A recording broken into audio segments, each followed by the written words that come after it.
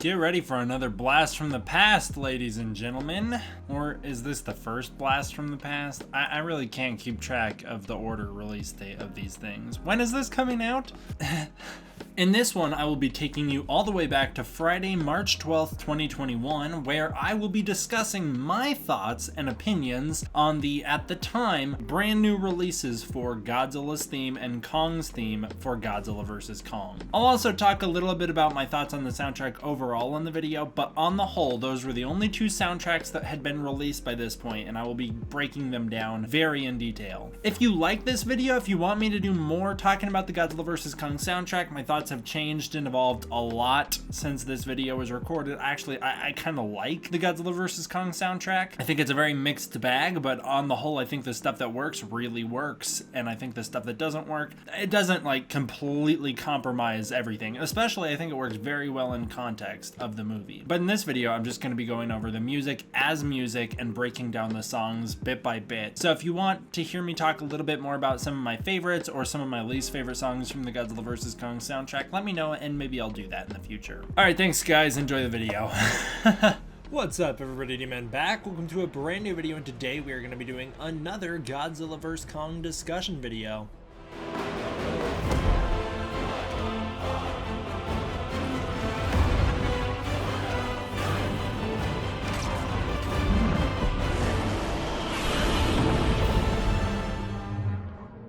This was not one I intended on making. I intended on having the beginning news that we're going to cover put in a different video, and then I was just gonna not talk about this topic. But for those of you who follow the channel, and for those of you who have been following the channel, you will know that I'm obsessed with music. Specifically, I'm obsessed with kaiju music. It means everything to me. I started learning to play piano as a child so that I could someday play Ifukube's music. And that's about all I want to do, is play kaiju music, and I listen to kaiju music nonstop, and it means a lot to me. When Godzilla King of the Monsters was coming out, the thing I was most excited for from that movie was not the action, it wasn't the characters, it wasn't the dialogue, it wasn't Godzilla himself, it wasn't the special effects, it was the music. The thing I was most excited for going into that film was hearing the soundtrack. And Godzilla King of the Monsters, I think, is a movie with an amazing soundtrack. There are things that I would change about it. I don't love the percussion that's constantly beating throughout the soundtrack, and some of the chanting I would definitely tone down. But on the whole, I think Bear McCreary did an amazing job with Godzilla King of the Monsters. I was really worried when Junkie XL was announced for Godzilla vs. Kong, because I didn't know quite what that meant for the movie's soundtrack. Of course, that was, again, the thing I was most anticipating for the film. For me, seeing the movie is great. I love seeing the movies, but I live with the soundtracks. I listen to them way more than I watch the movies, and so I really wanted a killer soundtrack. Also, I truly believe that soundtracks themselves make or break movies. 9 times out of 10, I think a movie is made or broken by its soundtrack. I have nothing against Junkie XL. I don't know enough about his works. It's just a matter of I'm too unfamiliar with him to be able to say if I think he'll do a cool job with it. But I started to warm up to the idea that he might bring something really weird to the table, that he might do something that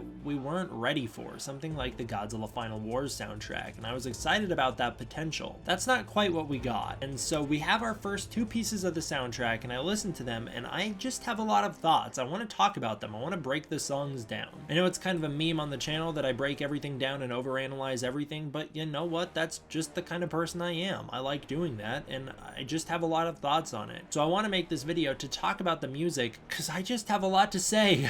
I don't know. But let's jump into an interview first. There's an interview from Junkie XL, aka Tom, I'm gonna mess up his last name, Tom Hulkenborg. I think that's how you say it. We have an interview from him. It was done on YouTube. I actually have a link down below. It's a really interesting watch. You can go back and watch the whole interview. It's like a big live stream where they interviewed him live. It's a lot of fun, but they barely talk about Godzilla in the massive interview. I figure we'll cover all the Godzilla stuff here because we are talking about the soundtracks today. Starting out, he says working on Godzilla vs. Kong was like a young boy's dream, of course. He started out by reading King Kong comics when he was a kid, and that was way before he got into superhero comics. That's really cool to hear. He says he's a massive Godzilla fan who has watched all 35 of the movies multiple times. His favorites are the original Godzilla from 1954, Godzilla vs. Mothra, which I can only imagine he's referring to Mothra vs. vs. Godzilla from the 1960s because, I don't know, it just seems unlikely that somebody's favorite would be Godzilla vs. Mothra from the 90s unless it's like a very particular type of person who likes to make custom figures with their toys. It's just not, that's not one of the fan favorites. And then Godzilla vs. Biollante is one of his favorites. So that's a pretty solid list in my opinion. That's a really good list, and those three movies all have amazing soundtracks. Specifically, Godzilla 54 and Mothra vs. Godzilla. Mothra vs. Godzilla is the one that impresses him the most. And he also says that Shin Godzilla isn't great, but the atomic breath sequence is awesome, which I don't know. He said the movie's a little more silly because it's too modern. I disagree with that, but hey, he's entitled to his opinions. According to him, Godzilla and Kong will have a huge amount of screen time in this film, especially when compared to the previous MonsterVerse movies. Now, for those of you who know me, you know that I'm not the biggest fan of the monsters having too much screen time, but the fact that it isn't just Godzilla, which I know,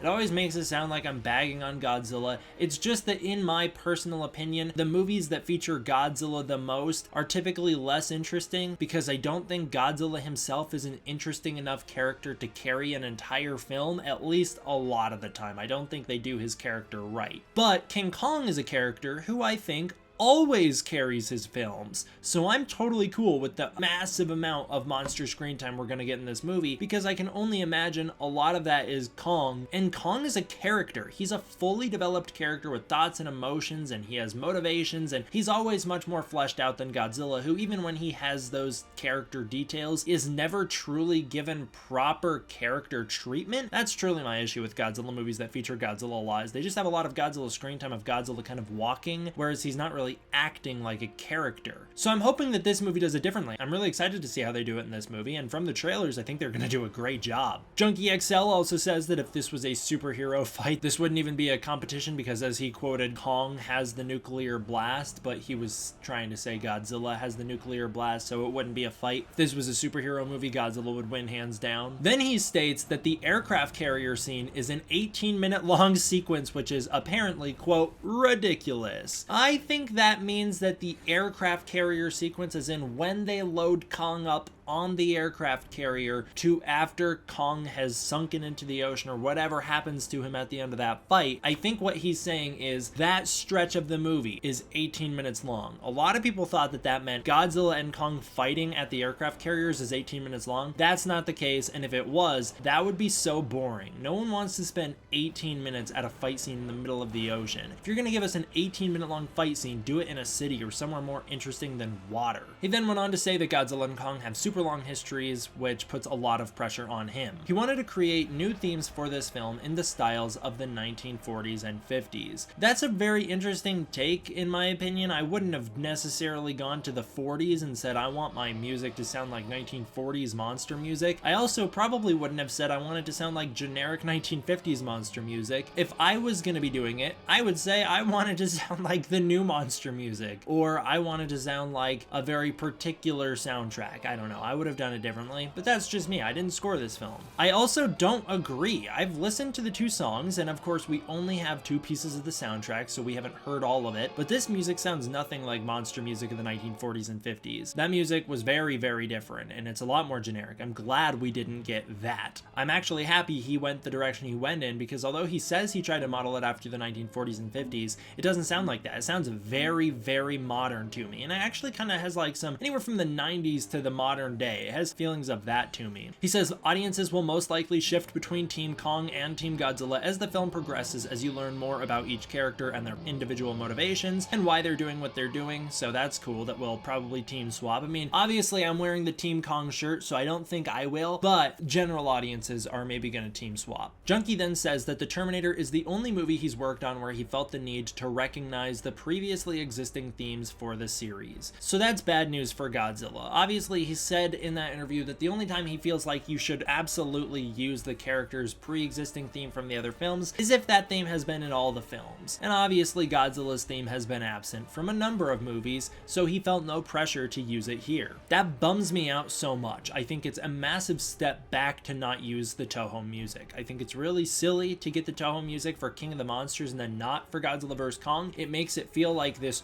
weird bell curve, you know, where we peak at the middle and then we keep going downhill from there because you're building to the Ifukube music. That's what you should be doing anyways, and once you have it, why not use it? They still have it. They still could have used it, but they chose not to. I don't like that. Because this Godzilla is a reboot, he says it's totally fair to give Godzilla a new theme, which I do admit that it is unfair to say, hey, bring in this composer, but you have to use the old music. At the same time, if you're gonna do something different, do something really different. And as we'll talk about with the new Godzilla theme, it's not different enough. It should have just been the Ifukube music. If you're gonna be as similar as they were, it's silly to not just go with the Ifukube stuff. It's better. No offense, it's genuinely better. The Ifukube stuff is. I feel like I'm being really mean here. Honestly, I think that the soundtrack could still slay. It just depends on the context, but I'm just saying there's gonna be no Toho music. He says right here in this interview, they're not gonna use any of the old Godzilla music. There's no chance of Kong's music getting used because that music is never reused in movies. I guess Peter Jackson's does a little bit, but generally speaking, Kong's music never shows back up and it's not iconic enough to warrant being used here. So it's not gonna get used, even though it was really awesome to hear in something like Ready Player One. Also, the thing I found most interesting was the inspirations for the Godzilla vs. Kong soundtrack. They try to have a blend between Elvis, classic kaiju films, and John Carpenter's horror music. Now, 2/3 of that is awesome. I totally understand why classic kaiju films make sense, right? You're making a movie that's a remake of a classic kaiju film. And then John Carpenter's horror music totally has very ominous, serious vibes. It could definitely work in this context. Where you lose me is Elvis, I guess just because Adam Wingard and Junkie XL are big Elvis fans, but that's like super awkward. It doesn't fit the other two at all. But again, I don't know what those influences were in the soundtrack. We'll just have to wait and hear. I'm interested, to say the least. 2 pieces of the soundtrack were released today, or I guess yesterday, and I'm just not sold on them. In particular, Godzilla's theme. I'll talk about Kong's theme here in a minute, but Godzilla's theme I find to be very problematic.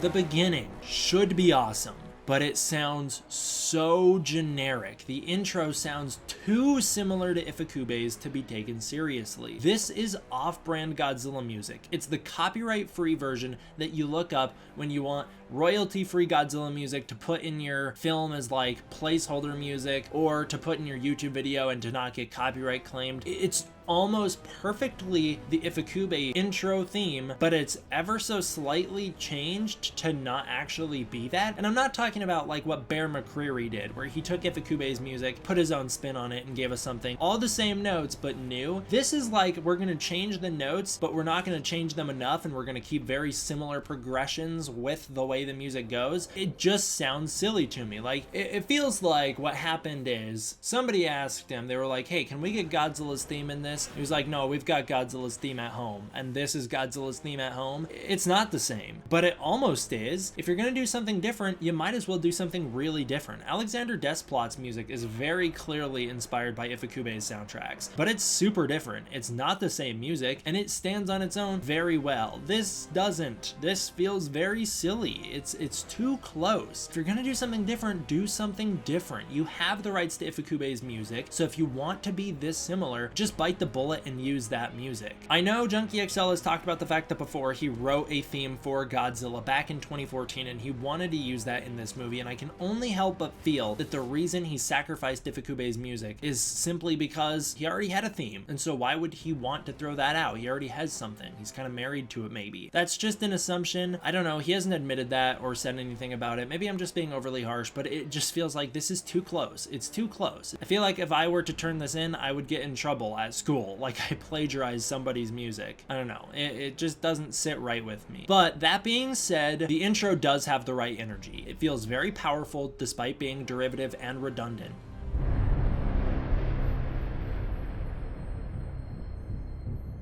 From the 50 seconds mark on, the song takes a really big turn. Suddenly it sounds like helicopters flying through the Planet of the Apes. This is where it really starts to put me off. I don't know. I think once we have the context to when this song plays, it'll be really cool. But the way it is now, think about Godzilla's themes from the past, and the ones that are memorable are the ones with lots of energy. This has no energy. It's really kind of boring in the middle.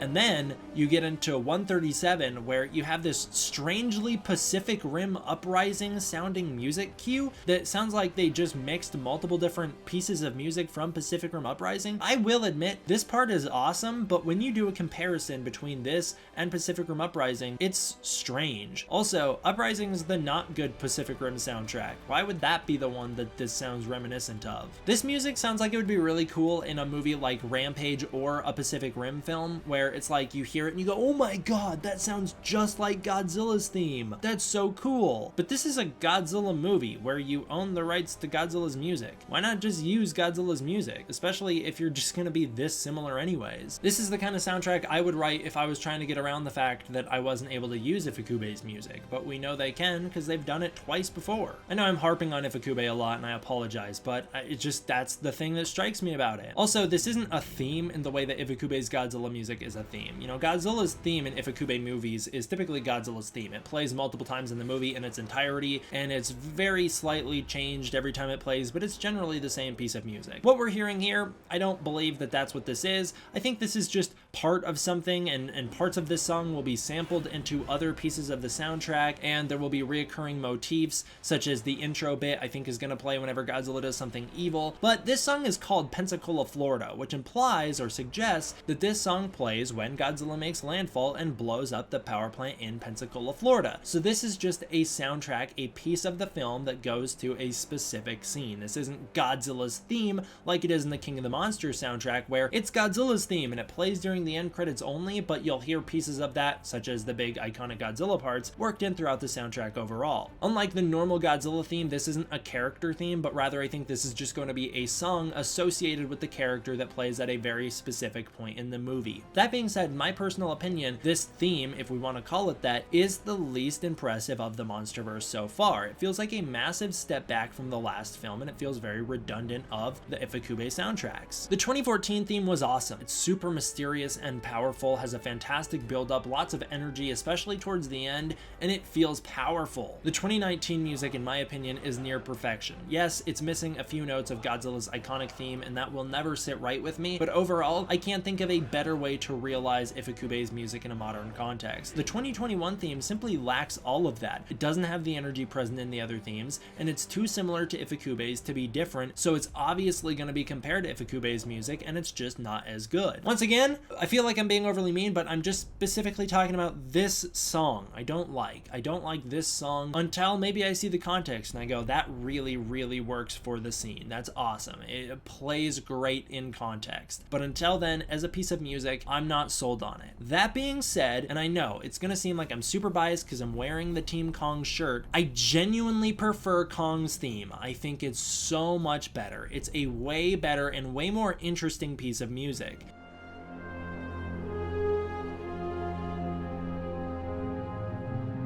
This song is super strange because at times it is nearly perfect. I can't think of a better way to do it, but at other times it feels very digital and like a weird video game song, and then I don't like it. So the song keeps alternating between stuff I really like and stuff I'm not really into. I think the intro is almost wonderful. It starts out really great, but as the intro continues to progress, it turns into something I don't like. It turns into a little more video gamey, but the beginning of the intro is wonderful. It's very powerful and intimidating while not being evil. It has power, but not too much where it feels like Kong's the bad guy. The intro sounds slightly similar to the soundtrack of Kong Skull Island in the best of ways. It's not too derivative to where it feels like a ripoff, but it does have some influences from that soundtrack. You can definitely hear them, and I love that.